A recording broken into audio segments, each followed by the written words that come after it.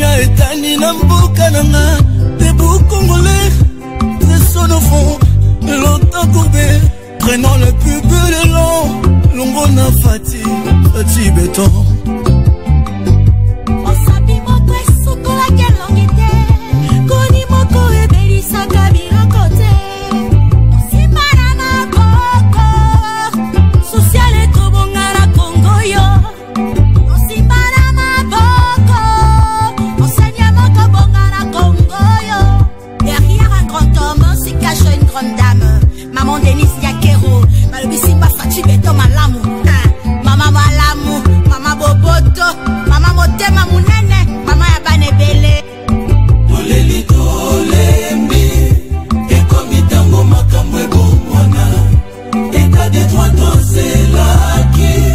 Fachi beto amemeli biso yango toleli tolembi ekomi tango makambo ebongwana eta de droit tozelaki Fachi beto amemeli biso yango yawe kangola Kongo ye yawe kangola Kongo ye yawe kangola Kongo ye yawe kangola Kongo ye yawe kangola Kongo RDC yawe sunga Kongo na biso yawe sunga Kongo yawe sunga Kongo tosengeli sungi na moto teo tosengeli sungi na yore yawe kangola Kongo yawe kangola Kongo yawe yoka kolela Mama Fanny Nyakero boya to soutenir président Fachi bana maison de la gloire nyonso boya to soutenir président Fachi Beton Congo mobimba nyonso boya to soutenir président Fachi ba fondation nyonso ba ONG nyonso alaine nyonso boya to soutenir président Fachi Beton Kwete Congo na biso ekende liboso